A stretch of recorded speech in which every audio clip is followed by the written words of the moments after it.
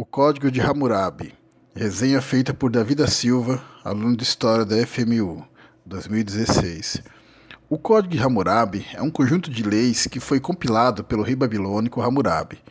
Essas leis serviam para governar toda a região da Mesopotâmia, que era formada por 13 cidades ao longo do rio Tigre e Eufrates, numa região chamada de Crescente Fértil. A Babilônia era o polo dessas 13 cidades e foi a primeira cidade a ser a capital da Mesopotâmia. Como o reino era muito vasto, e cada região tinha seus próprios costumes, leis, línguas e tradições, Hammurabi apenas regulamentou essas leis para que pudesse governar sem maiores problemas.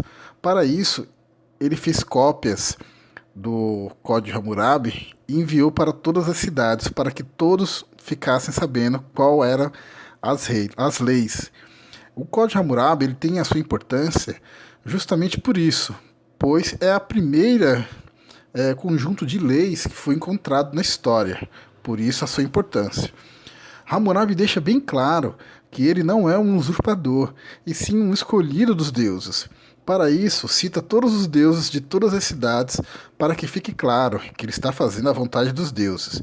Ele tem um grande cuidado de se fazer entender que é temente aos deuses, principalmente o deus Marduk, dada a sua veemência a esse deus. As leis do Código de Hammurabi foram escritas numa enorme estela de diorito e abrangiam todos os aspectos da vida comum da Mesopotâmia, como assuntos relacionados ao homem livre, escravos, comércio, agricultura e a família em geral.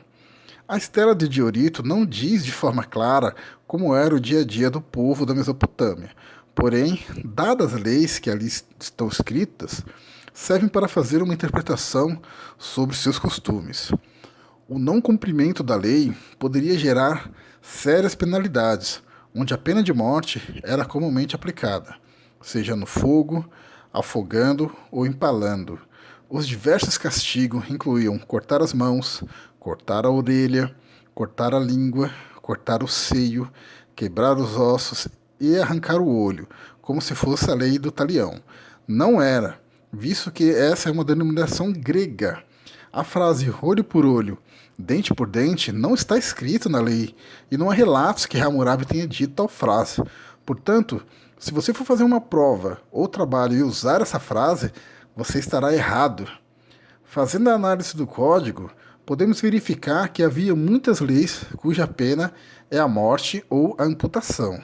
Porém, apenas uma cuja pena seja o banimento da cidade, talvez porque a morte seria algo corriqueiro na região da Mesopotâmia, posto que eram povos que viviam em guerras constantes, e ser banido significava não ter mais uma identidade, causando muito mais dano ao penalizado do que a morte.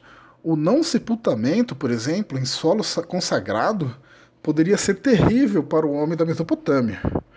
Isto posto, podemos compreender que, apesar de serem leis extremamente violentas, a razão de existir o código é justamente inibir a violência, visto que com a lei do talião,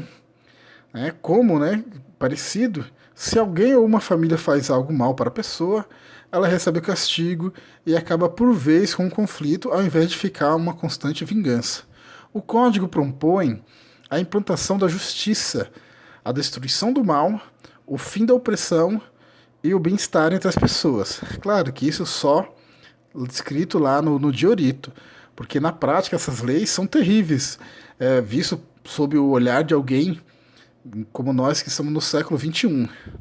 O Código de Hammurabi é, portanto, uma compilação de leis que tinha como objetivo cuidar da justiça na Mesopotâmia, e ao final das 282 cláusulas, o rei Hammurabi tem a precaução de deixar exposto tudo de ruim que acontecerá a quem não seguir essas leis, e ainda joga pragas de todos os deuses mesopotâmicos aos próximos reis que não cumprirem, implantarem e seguirem essas leis.